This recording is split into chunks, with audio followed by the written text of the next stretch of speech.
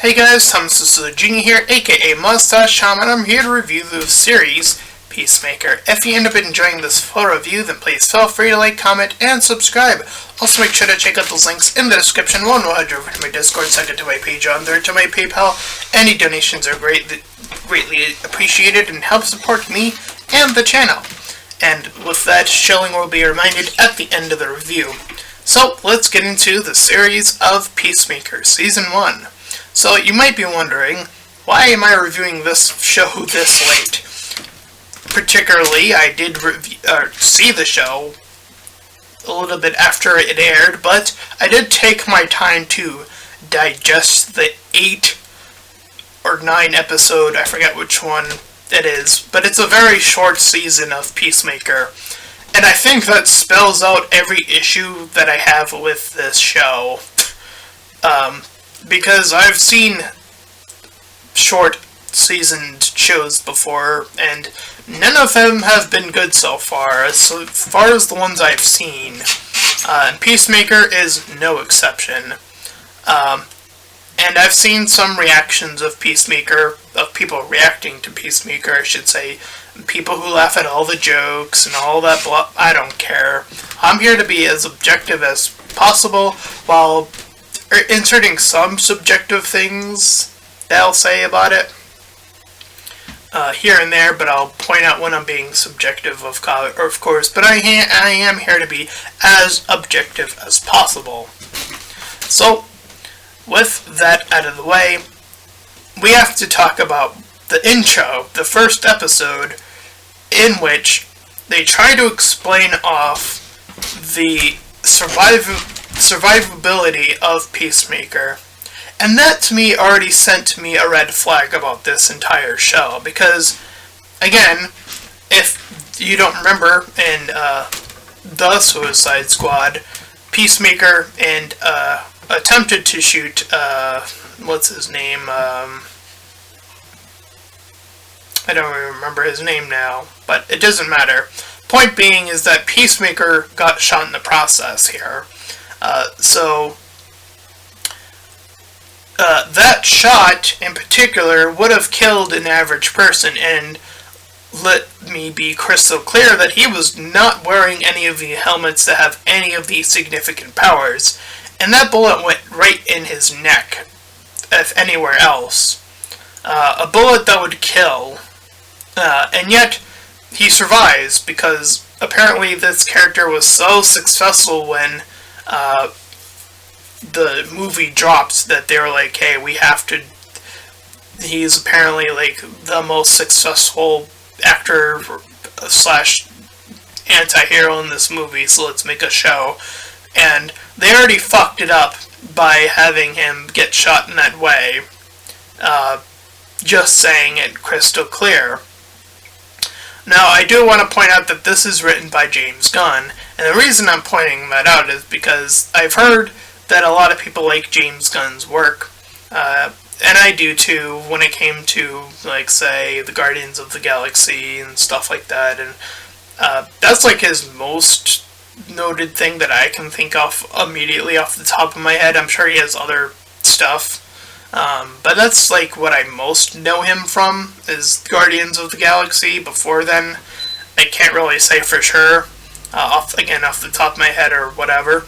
But here, I feel like, I think it's important to say that any person that has made a successful thing in the past is always capable of fucking up a series or a movie or whatever. And I feel like that is this for James Gunn. I feel like this is a step in the wrong direction of making content. And that first episode was a really strong indicator just in that little segment alone. Followed up by the next segment that was also a red flag. 2 red flags at the beginning of the show. So first of all, he shouldn't be alive. But let's slide past that one and slide into the next one, where his quote-unquote friend remarks that he has not apparently killed enough white people. Okay, So I actually do have an issue with this statement, and let me keep this in mind. I am Hispanic. So don't say, oh, he's white, oh, that he's a racist. Please hear me out. The writer clearly does not know what racism is, or is using the meme version of what racism has become. Because that is the only explanation, and trying to defend, like, the people, the SJWs of, like, them saying, like, everything is racist, because that's what they do, in terms of, like, all of that shit. So, history lesson. This happened a long time ago, when Resident Evil 5 came out. Now, I don't even remember when Resident Evil 5 came out, but when it did, it was very evident that this movie, or video game, was going to take place in Africa. And people had an issue that the majority of the people that would be killed in this would be black. Spoiler alert, people who live in Africa are mostly black. I know, that's shocking. But spoiler alert too, that's not racist to say. Saying that a certain percentage of people live in a certain area is not racist. Also, setting a video game or a series in a certain location also isn't racist. You're just setting it in a certain location. If anything, fitting it to fit the realism of what reality is just makes sense. It's the opposite of what you would think racism would be, but, you know, SJWs want to cry and have everything be diverse, even though when you diverse, it somehow amplifies the issue, question mark? Yeah, they're a really confusing bunch, I know. So, just to re-emphasize, so the movie, The Suicide Squad, takes place in some island that has a mostly Hispanic, as far as I can tell, living area from the island that they were living in. So, shockingly, the most amount of people that died in the Suicide Squad were Hispanic. And as a Hispanic person, I said, yeah, that makes sense. They were in that area.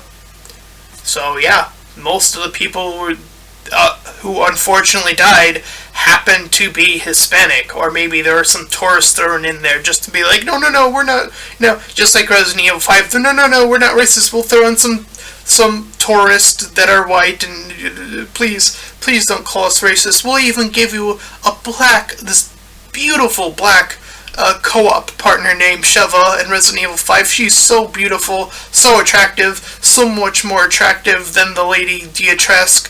Oh, goodness gracious, please don't call us racist. Here in Peacemaker, please don't call us racist. John Cena's being called out on his so-called previous racism. Please, even though the show has a racist character in the show. So, I don't even know why they brought this up. If they were going to have his father literally be a Nazi, which is, a Nazi is a, person that is in the belief system of a racist group, then I'm not even sure why they brought this up. Again, I don't get it. I don't get it. So yeah, first episode already has 2 red flags. And just to go over the simplicity of the entire season, since I don't want to go into every episode as I don't usually do that for seasonal reviews, I'll go into the overall arcing story. So, in the overall arcing story past the first episode, we're dealing with this group called the Butterflies. The Butterflies are some outer space aliens that are coming here for one reason or another. And that is and they're taking over political / heavy influencers in politics in general. Seems to be the consensus of what they claim to want to do. So, in the first episode, they have one of these so-called butterflies attack and attempt to kill John Cena. Now this is an issue. Not the attack itself, but by everything that proceeds after the attack becomes an issue. And here's why. Objectively, there is not enough time and spacing between what the butterflies believe and do in the first episode to what they start to believe and do in later episodes that make it convincing enough to make me believe that the butterflies are anything but the stupidest group of aliens I've ever seen on any given show. And that's what this 8-episode season definitely makes me think after watching it, is that, man, these butterflies are fucking stupid, have no level of communication, are just completely on a whim. Oh, we're gonna... No, don't kill John Cena. We're gonna arrest John Cena. No. We're not gonna arrest John Cena. We're gonna have John Cena on our side. Like, their level of change of what they wanted to do within such a short time frame, even despite however many days might have passed in the show, it definitely, because it is in the framework of 8 episodes, it still feels rushed. It still feels like the butterflies are this incompetent group of an antagonistic group, and one of the group in the poster is indeed a butterfly, quote-unquote, gone rogue. That character dies. I'm not even going to spoil it because it doesn't really matter. So yeah, the butterfly group is a poorly constructed group, based on how much they change and how fast they change their approach to what they're attempting to do. It makes them feel very inconsistent, even within the, again, that is tied to the 8-episode structure of this show. Outside of that, we deal with, whether or not I found any particular scene funny or not, because obviously this show's trying to be a little bit more comedic than others. I feel like outside of trying to explain whether or not that's the case, I do feel like they definitely played up the whole music thing a lot, overburdeningly so in some certain circumstances, and I feel like they haven't learned anything from the original Suicide Squad in that regard, where they just play overabundance of music.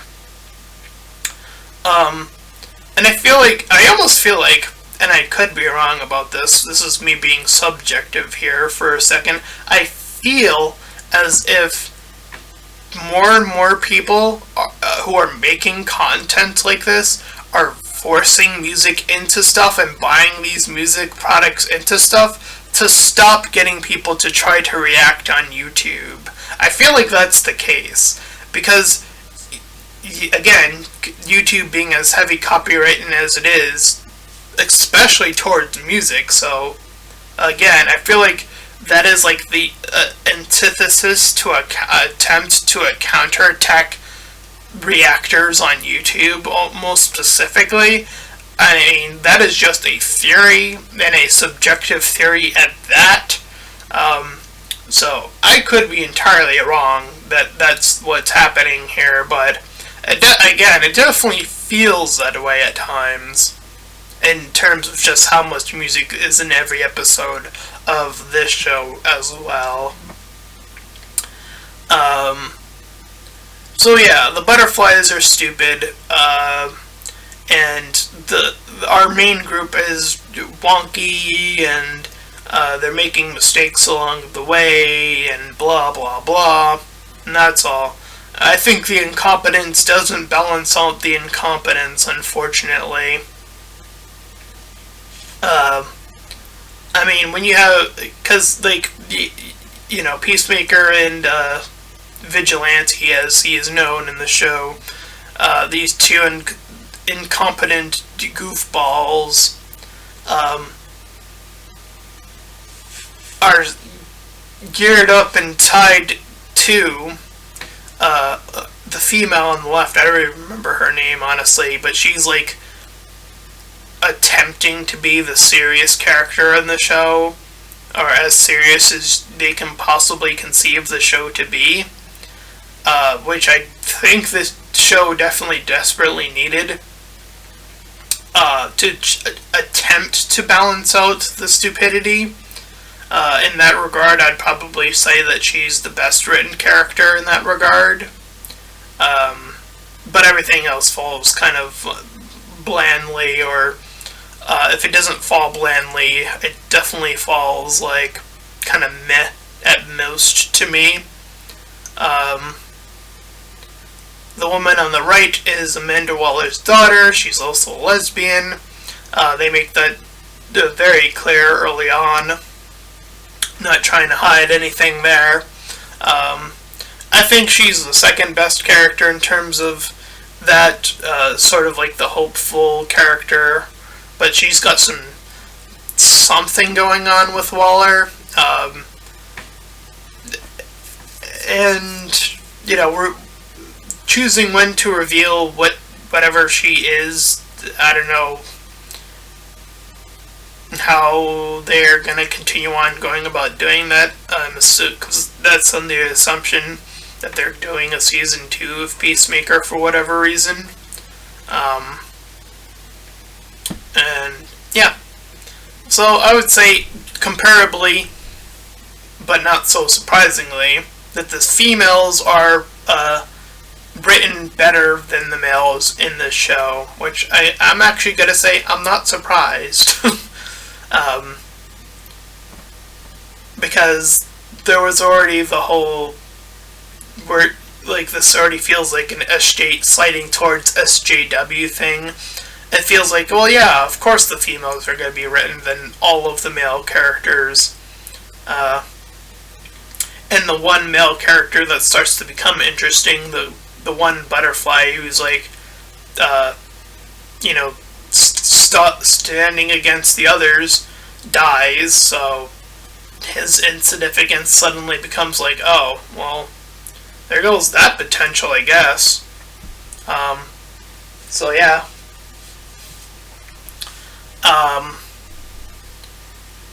I thought the other guy, the guy on the left there, I found him kind of annoying, honestly.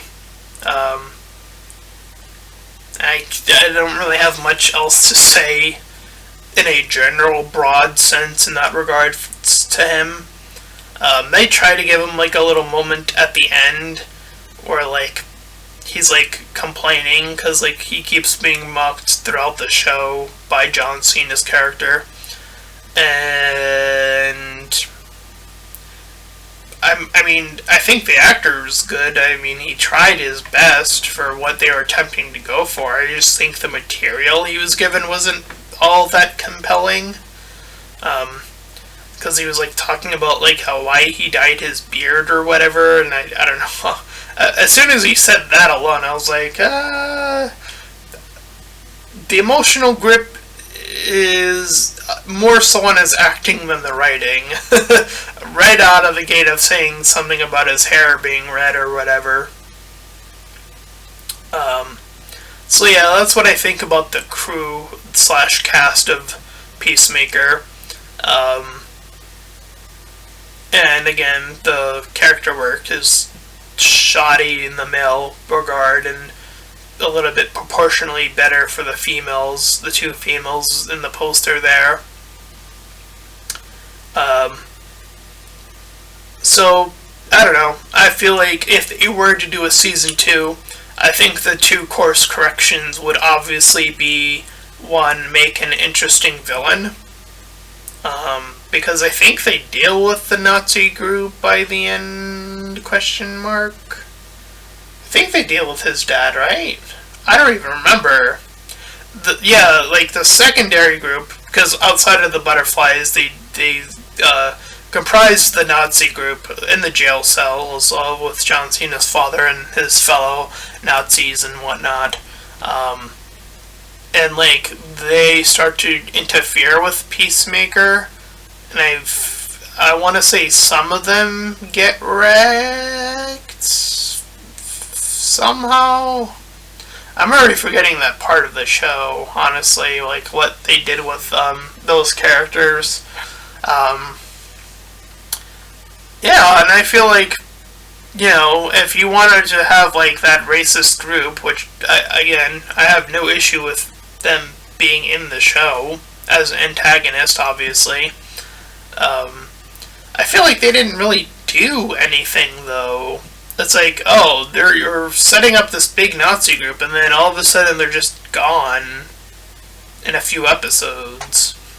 That was it. Yeah. So there's that on top of not even fulfilling your main antagonist, which was the Butterfly group, to subjugate and create, or to not subjugate, but to create a secondary group and also not successfully pull them off either, and have them not do anything significant. I feel like you failed on two fronts. I feel like you should have left one of those groups out and just dealt with one, aka the Butterflies, and just written them better, and not even deal with the whole racism Nazi thing until like season 2, and expand on that, or start with it and then expand on that in season 2, instead of slotting it in here first and then also seemingly ending it here already, question mark. Again, I don't remember if they completely finished that little mini thing off. So again, the two things I would do to fix Peacemaker, or if they were to do a Peacemaker 2, a season 2, is do twofold. Is one, make an interesting antagonist to one, not only Peacemaker but the group. Have them built up, have them just as importantly be consistent throughout their frame, and if they are going to change in any significant way like the Butterflies did, have it actually make sense. Like have cause and effect, and have all of these things like lead one into the other. Like you can actually fill in every gap instead of it just like it feeling completely scattered-brained about what they're trying to do with John Cena. So there's all that. And perhaps if they want, I feel like they could do with another superhero male character to fill in for the one that they lost, and have him be a little bit more competent. I feel like just so it's like you're obviously going to keep the females where they are, just to level out the playing field. I'm just saying, I mean, I'm pretty sure that's not going to end up ever being the case in terms of Peacemaker, but who knows. So yeah, that's Peacemaker at the end of the day, at least season 1 of it. If I were to give it a score, I'd probably either give it a 3 or 4 out of 10 to score the entire season fully. And yeah, that's my full review of it. So if you end up enjoying it, then please feel free to like, comment, and subscribe. Also make sure to check out those links in the description. One will head over into my Discord, second to my Patreon, third to my PayPal. Any donations are greatly appreciated. Until next time, everyone, bye-bye.